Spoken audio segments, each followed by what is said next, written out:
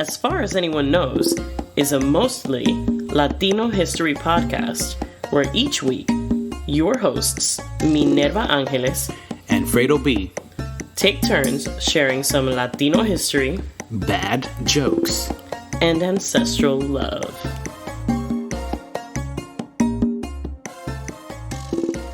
Hello, and welcome to our first episode of As Far as Anyone Knows podcast.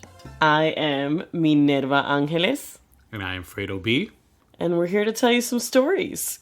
Gonna start off with something light. Gotta get us ready for the storytelling mood. Excited. Yeah, this is our first episode. This is scary. What do you want to talk about? I want to talk about Selena a little bit. Okay. For those of you who haven't watched Selena the series on Netflix, it's on Netflix. Stream it.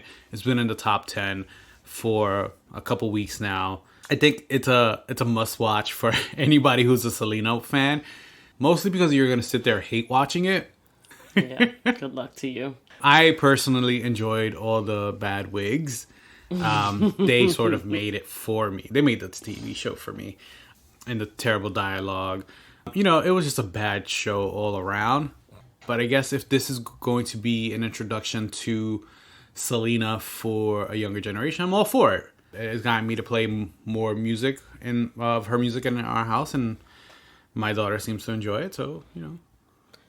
Yeah, I think it's really great to have more exposure or whatever. I think that if you are growing up in, any Latino household or Latinx household, you are going to have been exposed to Selena a little bit.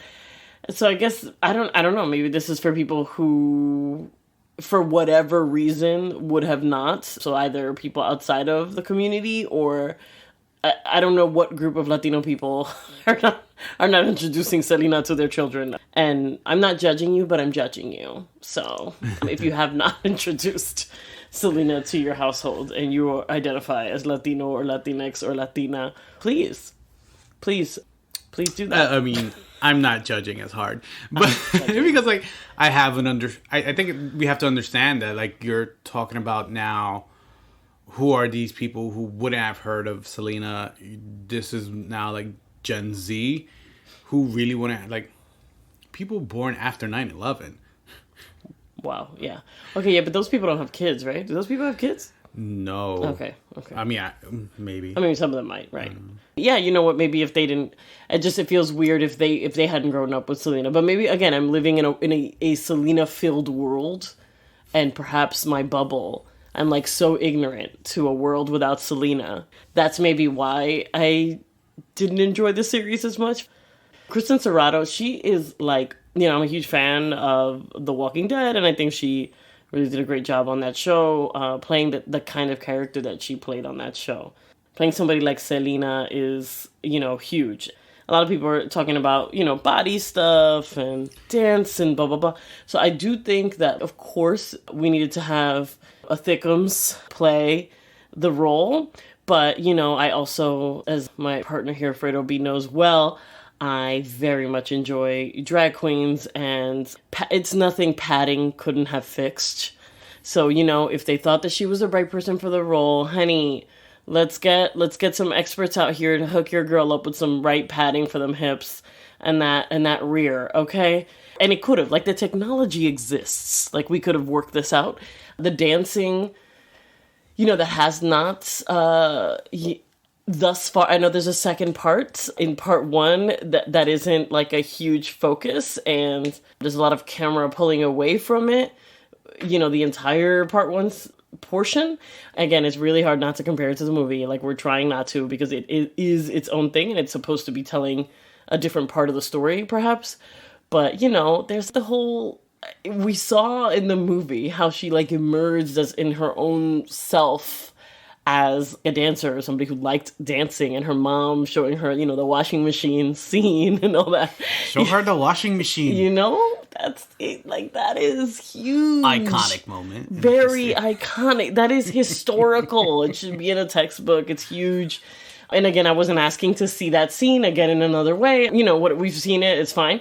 It was more sort of demonstrative of the culture of dancing in the family and sort of maybe the birth of the interest in dancing for her. And like there wasn't really a focus in how essential that was to her performance. She was a performer. She brought the noise. She brought the funk. We were all looking, you know, when she was performing, and I just didn't feel like that was all there. I don't know if there was like what kind of extensive training went into it, or what kind of like how much they thought about those pieces of it, or maybe they were trying to focus on something else. But having experienced Selena the way that I did, I don't get it. I just, like, whatever they're trying to do, I don't get it. So another more evidence that this really wasn't geared for us being two millennials. This was geared towards more the Gen Z again, because like it is my understanding that Christian Serrato's, she was on a Nickelodeon show. So like a lot of people would know her from that outside of The Walking Dead. So she, I was reading up on her. Oh, okay. No, I mean, that would connect her with like, who's that? Gen Z. Gen Z, yes. You're okay, boomer. Just, I can't. Or as they say in Canada, Gen Z? Z. Okay. Okay. But yeah, you know, I think Selena is a cultural icon, and honestly, she could be a topic of discussion all onto herself in terms of, you know, for a whole show. We won't speak on her for the whole show. We just want be very clear. We want to talk about the series quickly before we get into your topic that you were talking about today. Mm-hmm. You know, again, and I'll close out with this. Like, I think I wish it was better. I just wish it was better, just because and I'll say, you know, again, nothing against Christian Serrato. I don't know her. From what I've seen of her, she's a decent enough actress. She's pretty enough. She's just not Selena. She doesn't have the charisma that J-Lo was able to bring to the performance. And again, it's not to compare to J-Lo, but if you're playing an icon, whether it be Selena, whether it be Whitney, whether it be Madonna, Dolly Parton, you know, you're talking about people who are icons, who bring a certain something that's electric with them, and she didn't really exude that. On top of that, I'm gonna bring it up, she was not brown. Selena Quintanilla Perez was a brown woman. She had very indigenous features. I think it would have been a great moment for all the little brown girls to see a brown woman portray Selena. Will I be watching part 2? Of course. Absolutely. I will binge watch. Wouldn't miss it for the I'm world. watching all of it. I don't know when it comes out, but I'm going to watch every single episode. Yeah. No, I mean, my sincere hopes is that there's some kind of redemption in this second part, you know. I don't know. I'm still kind of hopeful that they meant to, like, downplay it so they can, like, create some kind of character development. It just didn't show up that way. Like, whoever was responsible for writing in the character development, I'm so sorry, sweetie. Like, I'm not a professional in the screenwriting world, but honey, BB, no, that was not clear. We didn't see very much character development at all. Like, she didn't really demonstrate any sort of personal drive. She wasn't really the focus of the show, though. Right, because it was about Abraham and AB. And, you know... I mean, any excuse for me to just be like, Abraham. Abraham. I can't with you no more. Abraham. And we all know about Abraham. If you've been following the legacy, then you know Abraham's reputation and how he shows up and, you know, who he is. I understand that Suzette was like executive producer or something. Suzette being Selena's sister, for those of you who don't know. Right, those of you who may not know that. And Abraham is, it sounds like he was feeding the information and she was just I'm not sure. I don't know. There was obviously Suzette influence, and there was some intimate moments that were shared between her and her sister, which I think were really beautiful. And it definitely showed something that I hadn't seen before, like those little moments they shared together. That they actually had a relationship, right? Right. That was really nice. If this would have been sold as a story about Abraham and AB, yeah, I probably still would have watched it.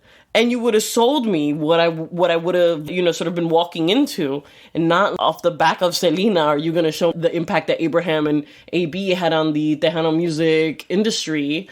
The sort of the backstory to all the gossip behind this is that, Chris Perez, Selena's husband, he was competing and getting another a show or a movie. I'm not sure which one, but he was shopping to Hollywood to have his side of the story about Selena and his love. Oh my God, I would totally watch that. Exactly, right? I would like, yes, because like, he would sort of like humanize her in a way that's not, oh, my perfect daughter who just says, yes, papa. Yes, that's cute. But Abraham, he sued Chris. He's like, you're not going to sell this story. I'm not really sure how they settled it, but like they settled it in the manner that Chris has no rights to tell his story. That's wildly unfortunate. Him being a participant in that relationship. Yeah. I mean, I don't know the details of it, but that's unfortunate because it is his story. Like, it's his wife. Yeah. I mean, it's not like he signed some kind of prenup that said he could never tell their story. Like, there's no way they did that. Maybe he did. I don't know. No, they definitely didn't. No, they literally eloped. That seems highly unlikely. No. So the thing is, I think, as the story goes, again, the thing about Abraham, right? Just being vilified in unfortunately, Latino media. Right. I eat that shit up. Hardcore, and I'll explain my part of it and like why I feel like that. But yeah, so the story goes that after Selena's death, a couple months after Selena died, he had Chris sign something that to the effect that he couldn't do this. Wow. He couldn't make money off Selena. How you know that? Who told you that? I just got on the line with Chris. No. Talking about Selena's. Stop. It's so bad. Okay, well, that's interesting. I would like to see some like that's like for real, or like that's like the grapevine. Well, I don't know about that part, like in terms of timeline, but he did sign something that said that he couldn't make money off of Selena, so something to that effect. Interesting. Because Abraham wants to make all the money off his daughter, right? And so that what I was going to say, and this is what I'm working on a Medium piece for this, and when it's out, I'll post it on my social media. But one of the things that like is struck me as somebody who identifies as a daughter of a Latino machista situation, I would say like there was definitely I think there's a little bit of a response like a trauma response that I'm having to also watching this, and how in many ways how she has been made to seem so small, and she was just so big, and how he has shrunk her, and in an effort to demonstrate like sort of the work he did to get her to where she was, which again is it's probably like all of what is being shared is probably true, but she had it. She was that. She was a natural performer. That was who she was. She was here to change the world, and she did.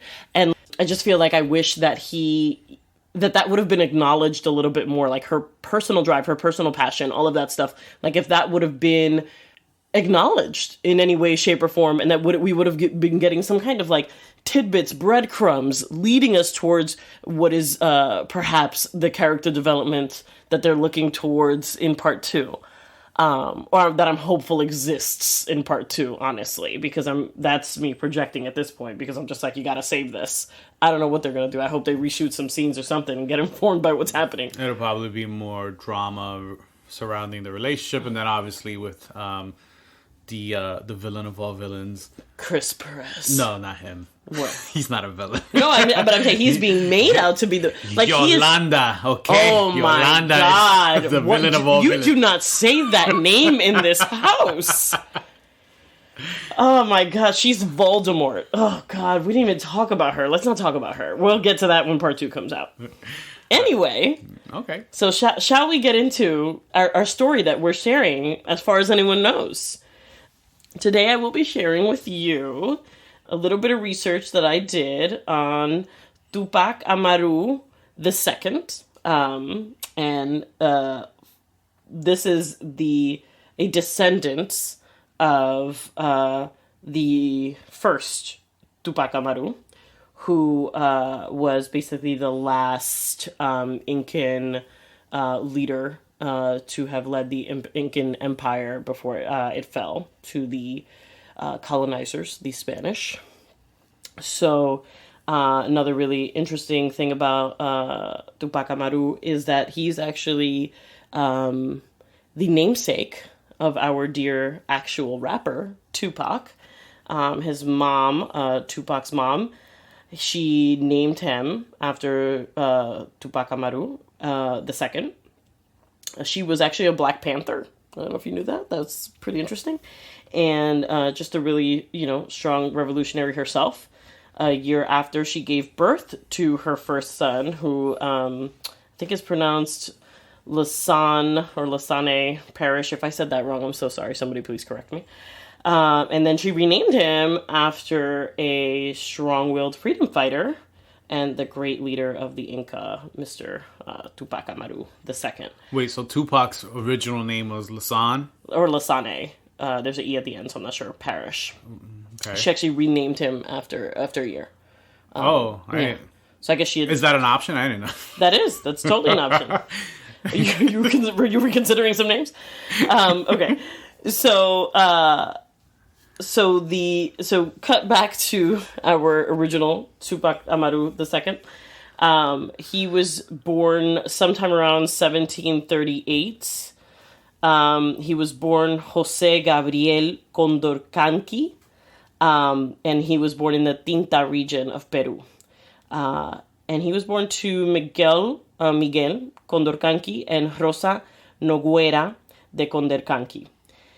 He was considered, a term I don't really like using, but he was considered a mestizo, but he did have, I should explain what a mestizo is, right? So mestizo is, at the time, in colonial times, this is a term birthed out of Spanish colonialism, where a person who is sort of indigenous descent mixed with Spanish or Spaniard descent. Mm-hmm. It's my understanding that it was a caste system for Latin America, because the idea was, hey, let's sort of purge out the brown and black people. So like the idea of making this hierarchy of white at the top and black at the bottom. Right. The latter we all know very well that continues to exist, and was basically born out of imperialism, colonialism, and what we know now as the transatlantic slave trade. So we, which is a little bit a part of this story as well. So I'll get into that. So he did have direct lineage to Tupac Amaru the first. And he was, this was actually able to be traced. So he did have lineage. Miguel Condorcanqui was, the curaca, or the, also known as a cacique, which are chief, the title of chief, of the Tungasuka and Surmani areas. And again, if I've pronounced that wrong, someone, please, you're welcome to correct me. And he was very wealthy. So, obviously we see caciques as people that are part of the caste system, and are typically connected to wealth in that way. One of the things we do know about the caste system in terms of the government was that there, this sort of colonized life that started in the 1500s. It was all, so the high ranking positions were all like Spanish leadership, right? And then the country was sort of made up of jurisdictions, and the jurisdictions were called corregimientos, and they were led by a corregidor. Each town was led by a group called a cabildo, and a cabildo was comprised of an alcalde, which is kind of like a mayor, and the regidores. And then the gobernacio menor, which would be the minor government leaders, those were the people that were actually the brown people, the indigenous people that stewarded the land before these people came in and imperialized. But it was the caciques or the curacas who were the chiefs. Then beneath them were the pichacas or pachacas, were headmen for about 500 families, and pachacas were headmen for like about 100 families. And many native chiefs, they had married or had relationships with the colonizers. So that was like sort of, it seemed like that was encouraged from what I read. It seemed as though like there was well, obviously political interest and economic interest in having caciques continue to marry the women that were white, the Spanish women. In the high Andes, this happened with way less frequency due to the fact that it was difficult to travel up into the mountains. So, yeah, very little air up there. It's just, apparently the white people didn't like it, the white women. They didn't make it up so far. It's just really hard. It's just hard. So what ended up happening was that, and obviously we can continue to see this today, that you'll see that there are a lot more native, there are people with more native ancestry than not up there. And what area of the high Andes? It's Peru. Right. This is Peru. This is Peru. Like, I guess, not that I'm a geographer. Oh, yes. I'm sure you are. But we're talking about, like, Lima or just, like, the whole... So this is just talking about anywhere where there were just high mountains, that it was just less likely. Machu Picchu? Is that the same country? Yes. Yeah. Yeah, Machu Picchu's there. So also not a geographer, me, but I will say, yeah, it's essentially any part of the country that was part of like the high Andes. Okay. So and that that's miles and miles and miles of mountains. Okay, so at the age of back to our person who was born Jose Gabriel Condorcanqui, who later became Tupac Amaru II. He, at age 16, went to Jesuit school, which was all the boys. What all the boys did at the age of 16 the rage. In colonial times. And who has not thought about going to become a priest? Right. And he went to a school in Cusco, and it was the Colegio de San Borja. In 1760, he marries Micaela Bastidas. Michaela Micaela. Yes. And she is Afro-Indigenous, which is really awesome. And becomes relevant. So no mejoró la raza. No mejoró la raza, el señor. He didn't better the race. We're probably going to do a whole episode on what mejorando la raza is. But in this case, he did not participate in the propaganda that leads people to continue to marry a Spanish or white person. White person. So that was really kind of one first sign of where his head was at.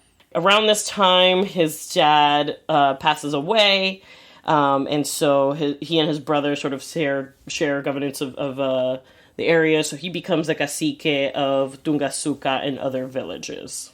So he's this is like a really fun description. I'm going to read it. I'm going to read the description verbatim because I think it's really just an interesting description of a person. This is what I read. And I'll give you guys all the details of where I got these sources. So he's described as a man of 5 foot 8 inches in height. His person was slender, and he had the countenance of an Indian with an alkaline eagle beak. That's what the alkaline nose is called, the eagle beak. At the time it was like a quote unquote Indian feature. That's what it was considered. And and vivacious black eyes larger than those which Indians usually have. In his manners, he was very well bred and courtly. He conducted himself with dignity in the presence of his superiors, and with formality when with the Indians. He spoke Spanish perfectly, and Quechua with a special grace. He lived luxuriously, and when he traveled, he was always accompanied by many servants of the country, which I think in this context means like the other leaders in government. And sometimes a chaplain, so that he also traveled a chaplain. When he lived at Cusco, he habitually wore a long coat, knee breeches of black velvet, which were then in fashion, stockings of silk, buckles of gold on his shoes, and a Spanish beaver hat. So here, let me just take a break here just for a second to talk about a Spanish beaver hat. I was thrilled to imagine a beaver hat. Right, a beaver hat. And I was like, oh, is he giving me Paul Bunyan vibes?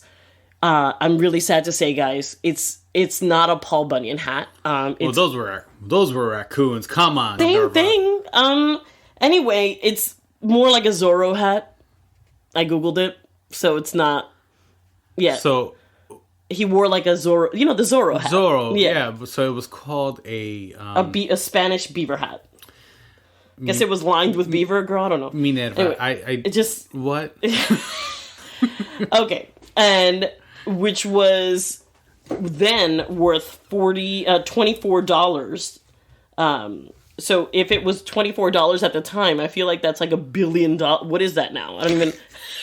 That is exactly $1 billion. That sounds now. Exactly right. Right. Let me do the calculations real quick. Yeah. Yeah, $1 billion. Thank you. I know, I do really good with this. He wore his hair long and curled, and he was much esteemed by all classes of society. End quote. Okay. May I share what stood out to me in that quote? There's more to talk about with him, but yes. First, can you say who that quote was from? Who wrote that? A very white historian. Okay, so it was like some regular white dude. Right. He from Spain. No. He was so he quoted he was a historian that focused on South America and I believe civilizations like pre-colonial civilizations, and so he acquired this information from some kind of Spanish documents. Yes. Okay, so he wasn't there. It's not a first-hand account of it's not his first-hand account. But it seemed he did the research. But I pulled it. It was a quote. Like somebody said this. Yeah. So it was third source and stuff like that. Right. So what stood out to me from that is, and because it still happens today now here in the U.S., when there's somebody, the part where they said he spoke Spanish so eloquently, it's like, oh yeah, it's very reminiscent of when people give me the compliment of oh, you speak English so well, or he's so articulate. I love when I'm told I'm articulate. I'm like, thank you. I've been working on my whiteness. Really appreciate it. Thank you so much. I've been working on my English for the last 36 years. Yeah, I was totally born here, but thank you so much. Yeah, it was, and also it just felt weird that he had to make sure that we knew the shape of his nose. That to me just screams racism. Anytime the shape of somebody's nose is a huge descriptor.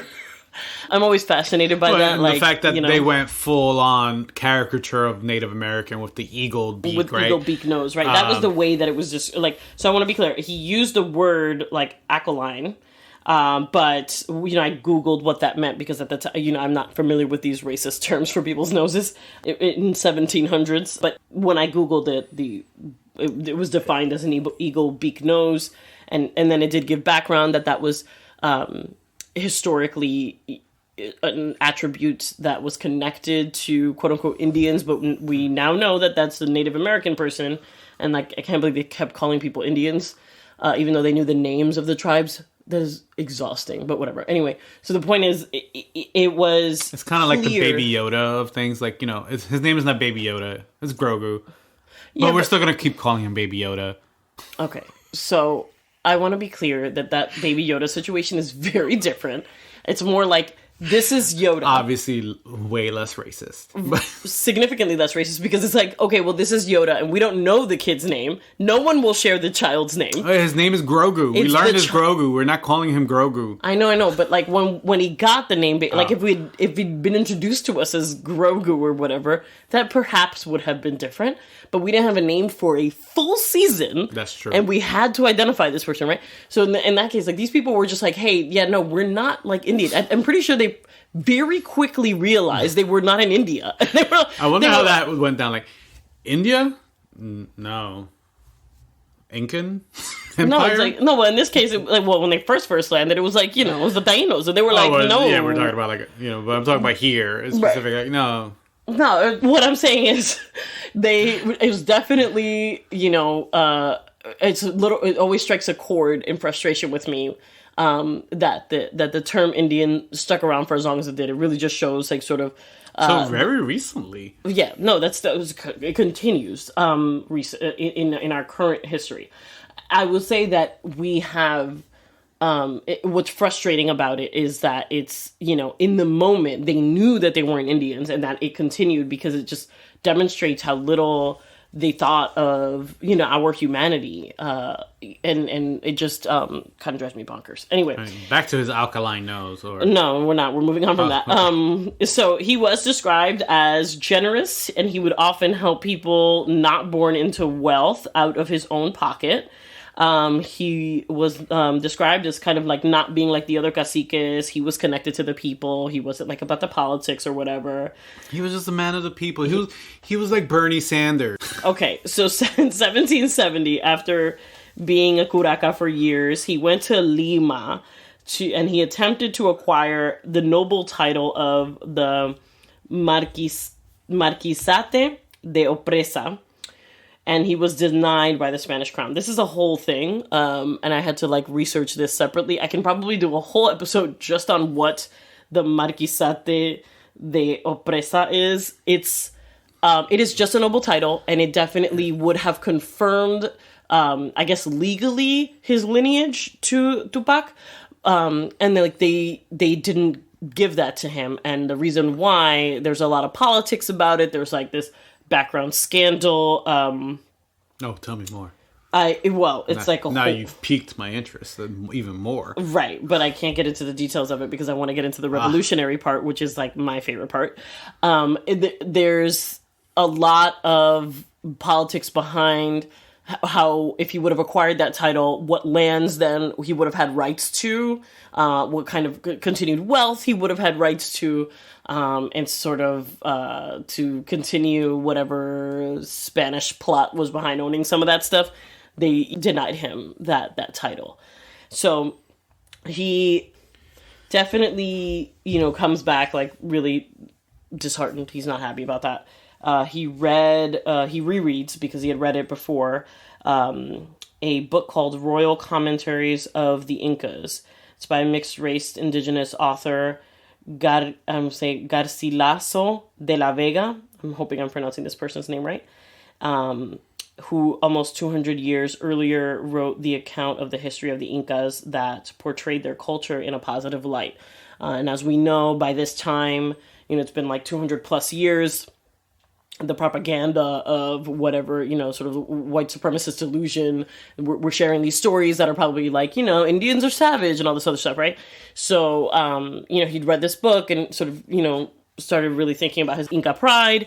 He's thinking about, his lineage. He knows that he is royalty. He knows that he is a descendant of the last standing monarch, Tupac Amaru the First.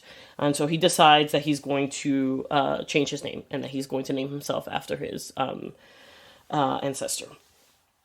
So he's also sort of carrying the knowledge and the frustration that at this time, indigenous laborers worked day and night mining in search of gold or silver in the vast and mineral-rich Andes Mountains. There were upwards of 8 million people who had met their deaths at this time. According to author Lillian Estelle Fisher's The Last Inca Revolt under the Mita system, The Incas were forced into labor at mines, factories, or plantations alongside kidnapped and enslaved Africans.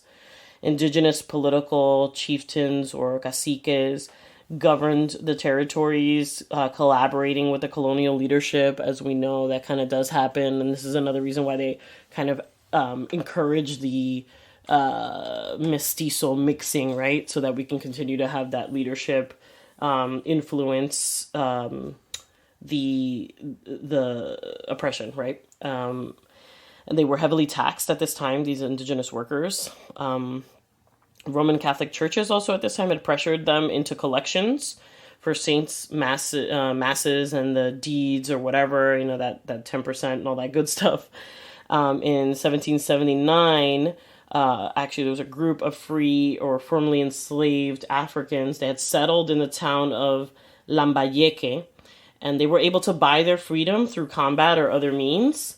And this group of people were also being unfairly taxed and were dealing with these similar pressures. So this is all sort of going on at the same time and sort of building up. And I think his connection to the people, his wife being, Black and indigenous, having her connection to the communities, he's getting information. He knows what's going on. And so he's like grassroots, right? So it's sort of building up, and I think at this point they're making the decision that they're going to do something about it. So in protest of the poor conditions and bad treatments of natives in the area, Tupac Amaru II, because by this time he's decided that's his name, he stops collecting debt. That's one of his responsibilities as cacique, and he decided to stop doing that. So at this time, Antonio wiping out the debt. Clearing it out. He just won't collect it. He's just like, nobody owes money here. We're good. So it's kind of like the rallying cries now. We're get rid of college debt. Yeah, kind of like fight back on that student debt. Antonio de Arriaga, he is the corregidor at the time, and he threatens to execute Tupac Amaru for deciding not to collect these debts.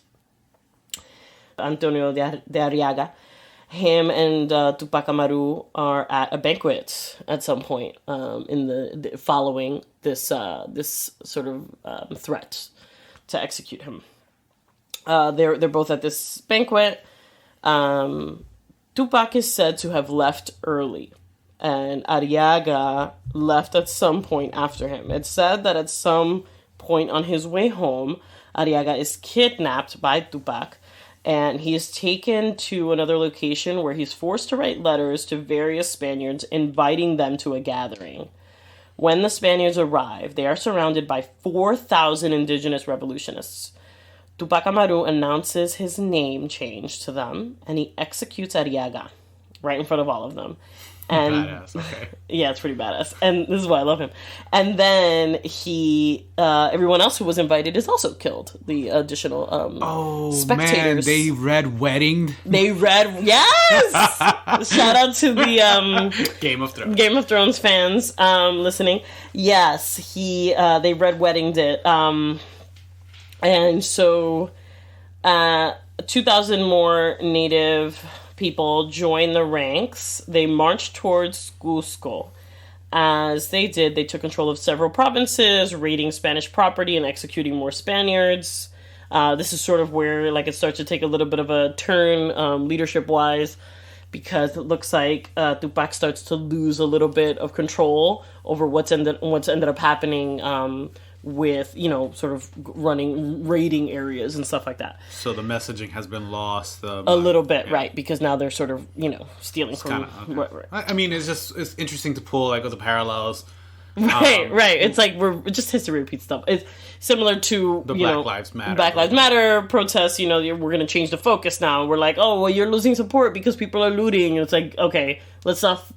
get lost on the details here. These people are incredibly frustrated. This is super oppressive, and people have had it. This is, unfortunately, the response. You can't tell people how to experience oppression. Yeah. So colonial Cusco sent about 1,300 soldiers to fight back. They met at a Sangarara. That's a place, and the rebels, they won that battle. So, I think what they did was they also just executed like everybody or like many people, and that was done without Tupac's authorization. So that basically kind of sealed the deal, and it ended all support by Spanish-descended Peruvian-born Creoles, and it sort of moved away from the idea of independence from Spain, because we were trying to advocate for, like, you know, let's just be independent of Spain. Let's do our own thing. Like, this is not okay. The way people are being treated, the way that the crown is leading this is not, like, the taxes. Nothing is working for any of us, but especially this is hard on, you know, the indigenous people, and that did not come across, unfortunately. Yeah, well, you're not going to get the lesser whites to go with you, because then they're going to be like, well, I guess we're next. If you're... Right. Well, that's what they assumed. Yeah. Fear. Right.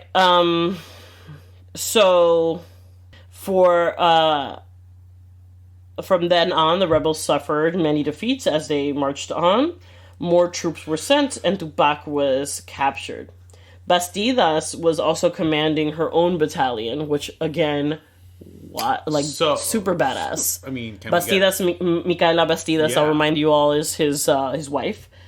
And they managed to create an alliance between Quechua speakers and rebels from Bolivia. So this was definitely, like, you know, other parts of this were super organized and definitely had, like, larger connections and alliances they were trying to build that would have probably, you know, connected other parts of the regions and other what we now know as Bolivia, and I think I also read things that affected areas that were also Venezuela, current day Venezuela, and all that. So the alliance fell, and they were betrayed. This is like these sort of things that started to fall apart. His wife and sons were also captured, and they were executed in front of him. He was made to watch this execution. One son, it is said, I've sort of had to read different accounts of this, but it sounds like at least one of his sons was sent to Spain and was jailed there, and he stayed in jail for the rest of his life. It is said that, his for what Tupac's fate is that his tongue was cut off and he was quartered, which is essentially when they tie all of your limbs, like your arms and your legs, to horses, and then they have those horses run in 4 different directions. No, okay. Right, and so the intention, of course, is to rip your limbs off. Yeah, and so his limbs did not come off. Yeah. Fuck. Okay. Right. And so because that was unsuccessful, they beheaded him. Yeah. So that's all the things like he went through before he died. So before his tongue was cut off, and this is one of the reasons why I love me some drama. I love me like final words of resistance. And this is why we stand Tupac Amaru. This is probably why Tupac the rapper was named after you, and why you have gone down in history as the amazing person you are. And he said before his tongue was cut off, "I'll be back, and there will be millions of us." And he's right, because we're here. And we're still here, and plenty of us are still fighting. So some of the things I want to make sure we mention, the social libertarian programs, the program that he had proposed, when, you know, sort of, I guess his plan for the revolution, you know, post-revolution, right, would be the abolition of slavery, the abrogation of taxes, of the ban on the course of free sale of some goods, alcabalas, the customs, and the quintos, which is a 5% due that they owed, the freeing of slaves, indigenous people, and mestizos from sweatshops, mandatory public service and master's duties, the restitution of all ancestral lands to their rightful owners, the redistribution of goods and properties among the poorest, the restitution of women's power and respect to women, the integration of all regions for the liberation of from the invaders, and the freedom and independence of the peoples of America to form an Indian Mestizo Creole nation on the basis of recognition and harmony. So, I mean, this is all like sort of how he locked down what he wanted. Tupac Amaru's liberation cry has been kept alive all this time by many leaders who continue in permanent resistance. To them, he is an example of consequence and dignity. This is a political project which is continued by each of the indigenous peoples, communities, and nationalities gathered in regional organizations such as Equanarai, I'm probably saying these wrong, so I apologize, Cones, and represented in the National, Cone, and Andean COA, and other teachers, youth, and women organizations and trade unions. There's also a source name of left-wing guerrilla groups in Uruguay and elsewhere in the 1960s and 1970s, the Tupamaros, also known as the MLNT, Movimiento de Liberación Nacional, Tupamaros or Tupamaros Nacional Liberación Movement, was a left-wing urban guerrilla group in Uruguay that was inextricably linked to its most important leader, Raúl Sendic, and his brand of social politics. José Mujica, who later became the president of Uruguay, was also a member. I got my sources from JSTOR, actually. The Rebellion of Tupac Amaru II, 1780 to 1781, in the Hispanic American Historical Review by Philip Ainsworth Means. That was the person I told you that was the historian. The Arizona Statue University Hispanic Research Center, OpenDemocracy.net, AgeOfRevolution.com, LiberationSchool.org, and I watched a really interesting video about the revolt of Tupac Amaru II on YouTube by Alex Dzik. I couldn't find... That was one of the places that actually gave me the most information about the African enslaved people and all that stuff. That was helpful to my information because I didn't really... that was less easy to find, which, again, is very telling in our ladder and our hierarchy. You know, it was harder to find information that had a lot to do with, you know, how the African enslaved people were impacted by the colonial system when we talk about this revolution, when we know that it was important to him and he did have it as part of his, you know, this is goals. why we tell these stories, right? This is why we're here in this podcast, because, you know, as far as anyone knows, these stories go deeper than just the surface level. You know, a lot of the details have been lost to history, erased. Unfortunately, yeah. It takes a lot of digging, but we want to do it. We're here for you. So let us know if there's any specific people you want to hear about, anything you want us to look into. We'll be back next week with another story, as far as anyone knows. Bye. Bye-bye. Ha-home. See you soon. Follow us on social media.